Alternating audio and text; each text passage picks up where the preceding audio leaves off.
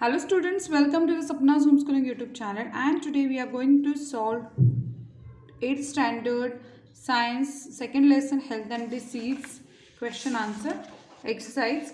तर नमस्कार विद्यार्थ्यांनो, आपण आज हेल्थ अँड डिसीज हा जो लेसन आहे 8th स्टँडर्ड EVSचा त्याचे क्वेश्चन आन्सर पाहतोय. ॲक्च्युअली हा लेसन पण मोठा आहे आणि याचा एक्सरसाइज पण भरपूर मोठा आहे. तर आपण याचे एकूण एक प्रश्नांची उत्तरे इथे सोडवणार आहोत. तेव्हा वही पेन काढा, व्यवस्थित पॉज करून व्यवस्थित लिहा, कुठले स्किप करू नका. बऱ्याच मुलांची कंप्लेंट असते की यार तुम्ही खूप मोठे मोठे उत्तर आहेत, पण पर्याय नाही आहे, सायन्स आहे हे, तर याला जिथे जेवढं उत्तर लिहायचं तेवढं लिहावंच लागणार आहे. तर सुरू करूयात आपण हे प्रश्न सोडवायला. पण जर याआधी तुम्ही नवीन असाल या चॅनलला सपनाज होमस्कूलिंगला, तर पटकन हा चॅनल सबस्क्राईब करा, म्हणजे तुमच्या इयत्ता 8वीचे सगळ्या विषयांचे व्हिडिओ तुमच्या मोबाईलवर पटकन येतील. आणि बेल आयकॉन दाबा, म्हणजे तुम्हाला त्याचं लक्षात येईल की कधी व्हिडिओ येणार ते. आता पहिला प्रश्न बघूया. Distinguish between infection and non infectious disease. म्हणजे काय करायचं, फरक स्पष्ट करायचा infectious and non infectious disease. सगळ्यात पहिला फरक आहे the infectious disease and non infectious disease मधला बघा. The disease which can be transmitted from one patient to other person are called infectious disease. जसं करोना आहे, एका माणसाकडनं दुसऱ्याला पसरतो, तो काय इन्फेक्शियस डिसीज आहे. नॉन इन्फेक्शियस डिसीज म्हणजे the disease which cannot be transmitted from one patient to other person are called non infectious disease. जो एका माणसाकडनं दुसऱ्या माणसाला प्रसार होत नाही त्याला नॉन इन्फेक्शियस डिसीज म्हणतात. कुठले पण फरक स्पष्ट करण्यामध्ये सगळ्यात पहिले त्याची डेफिनेशन येते. सेकंड पॉईंट आहे infectious डिसीजमधला, contaminated air, water, food or carrier vector, animals or insects spread the infectious disease. म्हणजे इन्फेक्शियस डिसीजचा प्रसार कोण करतं, तर हे इतके सगळेजण प्रसार करतात. And non infectious diseases are not transmitted through any medium. पण जे नॉन इन्फेक्शियस डिसीज असतात ना, हे कुठल्याही माध्यमाने नाही येते. सो तिसरा फरक आपण बघूया दोन्हीमधला. Infectious disease are acute disease. कसे असतात ते, ॲक्यूट डिसीज असतात. As they are suddenly cause due to infections from either bacteria, virus or protozoan, thus their symptoms are seen sooner. म्हणजे हे कसे एकदम सडन आपल्याला एखाद्या बॅक्टेरियामुळं किंवा व्हायरसमुळे होतात. यासाठी तर पहिला लेसन आपण शिकलो होतो बॅक्टेरिया आणि व्हायरसचा, बघितलं असेल ना तुम्ही. तर मग हे सडन कॉज होते, याच्यामुळे हे प्रसारित होतात. आता नॉन इन्फेक्शियस डिसीजचं काय होतं बघू आपण. तिसरा फरक काय आहे. Some non infectious disease are due to hereditary. कशामुळे होतात, अनुवंशिकतेमुळे होतात.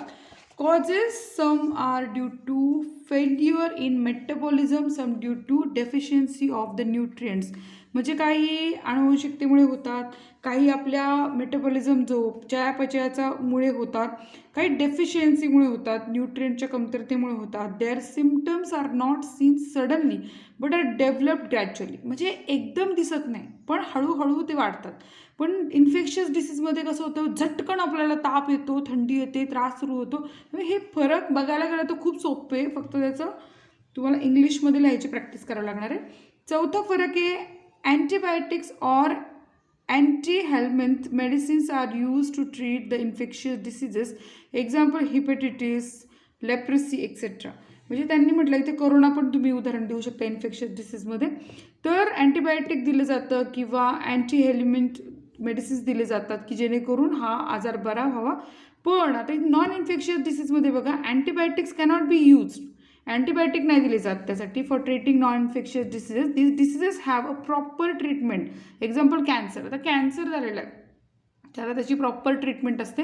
तर यामधला फरक आता तुमच्या लक्षात आला असेल. एखादा कॅन्सरग्रस्त माणूस असेल तर त्याला स्पर्श केल्याने आपल्याला काही होणार नाही आहे, पण कोणाला सर्दी झाली आहे, खोकला झाला आहे, करोना झाला आहे, तर तो ट्रान्समिट होऊ शकतो. सो यामधले फरक समजून घेऊन पुढच्या बरोबर ऑपरेट होत जा. क्वेश्चन 2 आहे identify the odd them. Malaria, hepatitis, elephantiasis, dengue. ह्याच्यामध्ये हिपॅटिटिस हा वेगळा आहे. बी प्लेग, एड्स, कॉलेरा आणि TB. याच्यामध्ये एड्स हा पूर्णपणे वेगळा आहे. क्वेश्चन 3 बघा. Answer in 1 or 2 sentences. Which are various media of spreading the infectious diseases. तर काय काय मीडिया आहेत. इन्फेक्शियस डिसीजेस स्प्रेड थ्रू कशामुळे होतात, कॉन्टिमिनेटेड एअर म्हणजे प्रदूषित हवा, वॉटर, फूड, वेक्टर सच म्हणजे सगळ्या प्रकारचे प्रदूषित हवा असेल, पाणी असेल, खाद्य असेल, या सगळ्यामुळे हा काय होतं, प्रसार होतो इन्सेक्ट्स, ॲनिमल्स अँड मॅन, म्हणजे प्राण्यांपासून पण होतं, माणसापासून पण होतं आणि कीटकांपासून पण ह्याचा प्रसार होतो. आता सेकंडचा क्वेश्चन आहे, give the names of the 5 non infectious disease other than given in the lesson. धड्यात दिले नाही आहेत नॉन इन्फेक्शियस डिसीजेस, त्याच्यापेक्षा वेगळे कोणते सांगायचे बघा. अस्थमा पण नाही होते प्रसार एकमेकांपासून, कॅटरॅक्ट पण नाही होते, डिसीजेस ऑफ किडनी, जसं किडनीचा पण त्रास एकमेकांपासून नाही होतो, such as kidney stones and renal failure किंवा arthritis, Alzheimer which is a condition during old age, hypertension, migraine, हे सगळे आजार कसे आहेत, हे ग्रॅज्युअली होतात, त्याचा एकमेकांमुळे प्रसार नाही होत आहे. तिसरं बघा, which are the main reasons of diabetes and heart disease. हृदयाचा त्रास आणि डायबिटीस हे कशामुळे होतात, इम्प्रॉपर लाईफस्टाईल, म्हणजे आपलं राहणीमान जे असतं ना, जगण्याची पद्धत ती वेगळी असणं, विचित्र असणं, त्याला काही कुठल्याही प्रकारे शिस्त नसणं, रॉंग टाईप ऑफ डाएट, चुकीच्या पद्धतीचा आहार, लॅक ऑफ एक्सरसाइज आणि व्यायामाचा अभाव, एक्सेसिव्ह मेंटल स्ट्रेस आणि अति ताण घेतल्यामुळे सुद्धा डायबिटीस होतो, हार्ट डिसीज होतात. And strain, imbalance in secretion of hormones, त्याच्यामुळे काय होतं, अति ताण घेतल्यामुळे, कमी व्यायाम केल्यामुळे हार्मोनचं इम्बॅलन्स होतं. Etcetera are the main reasons of diabetes and heart disease. त्यामुळे तुमच्या घरात जर कोणाला डायबिटीस असेल, हार्ट डिसीज असेल, तर त्या लोकांची काळजी घेणं, त्यांना आहार नीट दिला पाहिजे, त्यांचा ताण कमी केला पाहिजे, या गोष्टी तुम्ही लक्ष देऊ शकता. क्वेश्चन 4 आहे, what can be achieved can be prevented, म्हणजे तुम्ही काय achieved and can be prevented, तुम्ही काय काळजी घेऊ शकता किंवा काय थांबवू शकता का. बघा काय करता येईल आपल्याला, प्रिव्हेन्शन काय करता येईल, drinking boil and filtered water, तुम्ही उकळलेलं पाणी पिलं किंवा फिल्टर्ड पाणी पिलं तर काय होईल, when water is boiled all disease causing pathogens present in it are killed, गरम पाणी केल्यावरती त्यातले कीटक किंवा कीटाणू मरतात. Different diseases like cholera, enteritis, diarrhoea, dysentery, hepatitis, typhoid are cause by such water borne pathogens, म्हणजे पाण्यामुळे होणारे सगळे आजार आहे. If you boil the water we are protected against all such diseases, जर आपण पाणी उकळून पिलं तर या सगळ्या आजारांपासून आपण वाचू शकतो. If the water is filtered we can avoid infections from नेमटोड,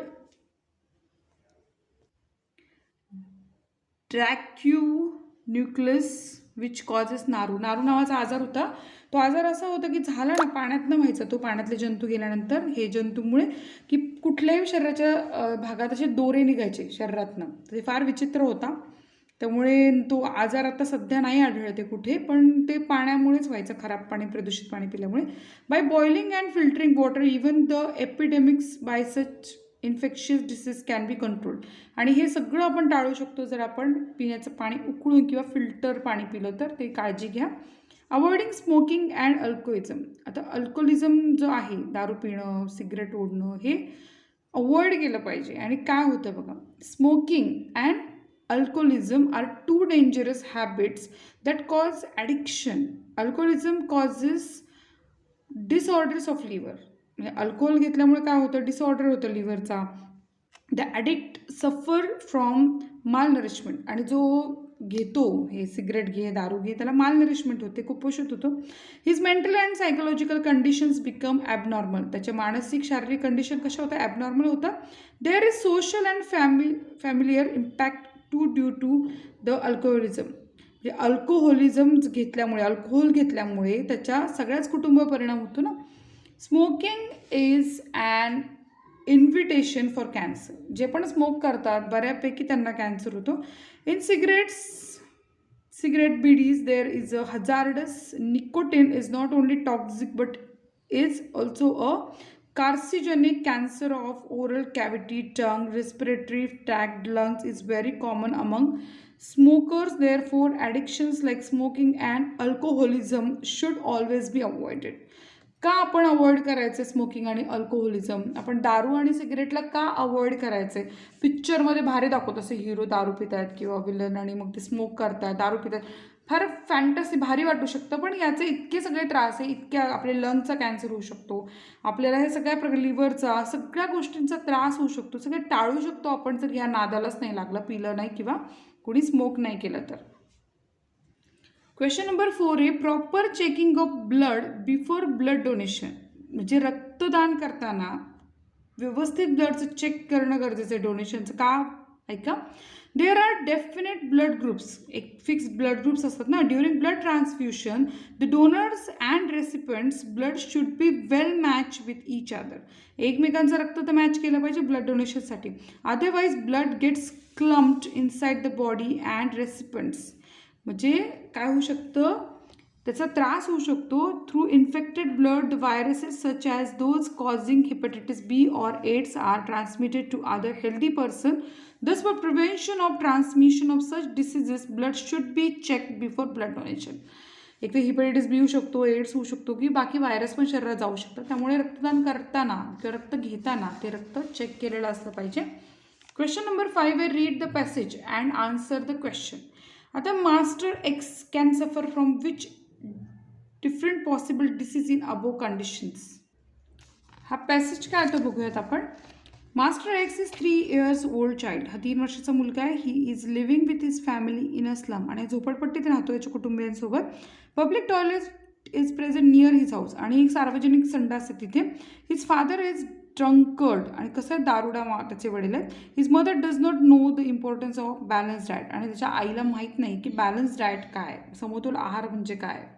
आता इथे त्यांनी प्रश्न विचारला आहे की master X can suffer from which different possible diseases in above conditions. म्हणजे जर अशा परिस्थितीत तो मुलगा राहतो त्याला कोणते कोणते आजार होऊ शकतात, तर आपण याच्याविषयी लिहायचे. Master ex stage in an area which is devoid of cleanliness. The public toilet is present near his house. This indicates that he will have to fight against many infectious diseases.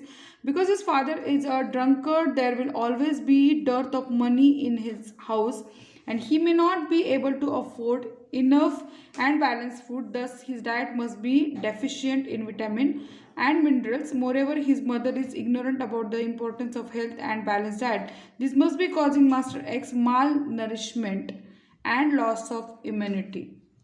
तर इथे महत्त्वाचं की एक small nourishment and loss of immunity हा महत्त्वाचा मुद्दा आहे, त्याला होऊ शकतं. The financial conditions and the addiction of the father must be causing stress in this house. दारू पिणारे वडील असतात तर स्ट्रेस असणारच आहे घरात ना. This will further add stress on master X resulting in to susceptibility to infectious as it is due to the location and the germs are around and thus they may be attacking Master X. He will on and off suffer from digestive disorders such as typhoid, hepatitis, cholera and enteritis etcetera. म्हणजे या प्रकारचे आजार होऊ शकतात. जर तुम्हाला short करायचं असेल तर या मुद्द्यांना महत्त्वाचं लक्षात घ्या की हे काही लिहा, शॉर्ट करा, काही करा, पण हे मुद्दे तर यायलाच पाहिजे. मी तुम्हाला सगळं व्यवस्थित देणार, पण ह्या गोष्टी तुम्ही आवर्जून टाका की त्याला हे आजार होऊ शकतात. सेकंड आहे how will you help him and his family in this condition. आता तुम्ही काय करू शकता या सिच्युएशनमध्ये. Initially we shall help master X to procure his healthy and balanced diet, having fruits, vegetables, milks, etc. His mother will be taught importance of the balanced diet. The surroundings should be clean and hygienic. Food should be covered. House flies should not be allowed to contaminate the food, and germicidal floor cleaners and disinfectants should be caused to keep off the house flies and cockroaches. His father will be taken to the de-addiction centers such as Alcoholic Anonymous. He will be persuaded to leave alcoholism. म्हणजे काय म्हटलं त्यांनी इथे की आम्ही काय करू शकतो, आम्ही त्याला फळं पुरवू शकतो, खाणं पुरवू शकतो, परिसर स्वच्छ करायला मदत करू शकतो, त्याच्या आईला आहाराचं महत्त्व पटवून देऊ शकतो, त्याच्या वडिलांना डी-ॲडिक्शन सेंटरला नेऊ शकतो, हाऊस फ्लाईज घालवण्यासाठी ते केमिकल असतं फ्लोअर क्लीनरचं वापरू शकतो, जेणेकरून तिथं स्वच्छता मेंटेन करू शकतो, म्हणजे त्याचं आरोग्य चांगलं राहील. आता इथे पण तुम्हाला शॉर्टकट तुम्ही करा ना, पण हे मुद्दे नका टाळू. माझं इतकंच म्हणणं मुद्दे नका टाळू. माझं काम आहे तुम्हाला नीट सांगणं, एलॅबोरेट आन्सर.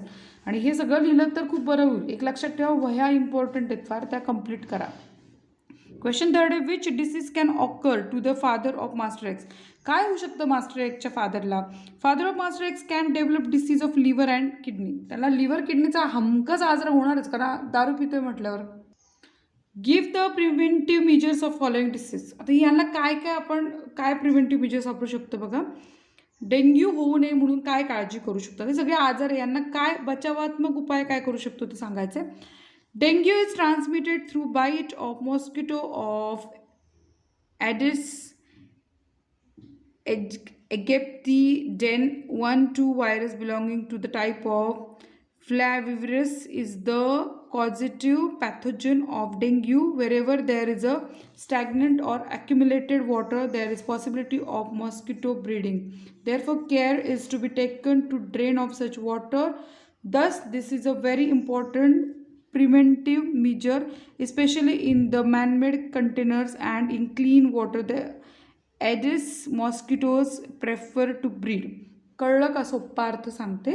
स्वच्छ पाण्यामध्ये डेंग्यूच्या ज्या डास असतात त्या अळ्या टाकतात, अंडी टाकतात, अळ्या होतात आणि तिथं ते वाढतात. आपल्या जवळचं सगळं स्वच्छ पाणी ओतून द्यायचं. डेंग्यूची साथ आहे त्याचं कारण आहे पावसाळ्यामुळे स्वच्छ पाणी साठतं आणि आपण दुर्लक्ष करतो. साठू दे अशा ठिकाणं केमिकल टाकणं. केमिकल म्हणजे कुठंतरी थोडंसं त्याच्यावर ऑइल असेल किंवा कुठलं केमिकल असेल किंवा आणि डास मारण्यासाठी औषध असेल टाकलं तर ते मरू शकतं किंवा तसं पाणीच ठेवू नये best. Therefore, such water storage should be either covered or should be decanted. Another way to keep off from dengue is to increase our immunity to fight against the virus. There is vaccine called CYD, TDV or Dengueoxia which is synthesized in 2017 but it is still not considered to be completely safe. म्हणजे जर हा टाळायचा असेल तर वॅक्सिनसुद्धा आहे, ते सुद्धा तुम्ही घेऊ शकता. कॅन्सर होण्यापासून कसे वाचू शकता बघा. The most important preventive measure is to remain away from the carcinogenic substances. म्हणजे ज्यापासून कॅन्सर होऊ शकतो त्यापासून सगळ्यापासून लांब राहा. टोबॅको, गुटखा, सिगरेट, बीडी या 4 गोष्टींपासून लांब राहा. कधी आयुष्यात हात लावू नका. Etcetera addictive things which are very bad for our health. आणि हे खूप आपल्या शरीरासाठी वाईट आहे. The nicotine present in this cause cancer or oral cavity and of respiratory system. Radiations can also cause cancer. Radiation मुळे सुद्धा किरण असतात ना ती रेडिएशनची, त्याच्यामुळे सुद्धा कॅन्सर होऊ शकतो. We should not expose ourselves to hazardous radiations.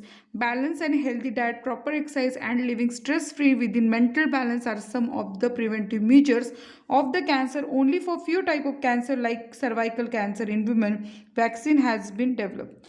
जर महिलांमध्ये सर्वायकल कॅन्सर असेल तरच वॅक्सिन डेव्हलप आहे. बाकीसाठी मग आपल्याला प्रिव्हेंटिव्ह मेजर्स घेणं, हेल्दी खाणं या गोष्टी गरजेच्या आहेत.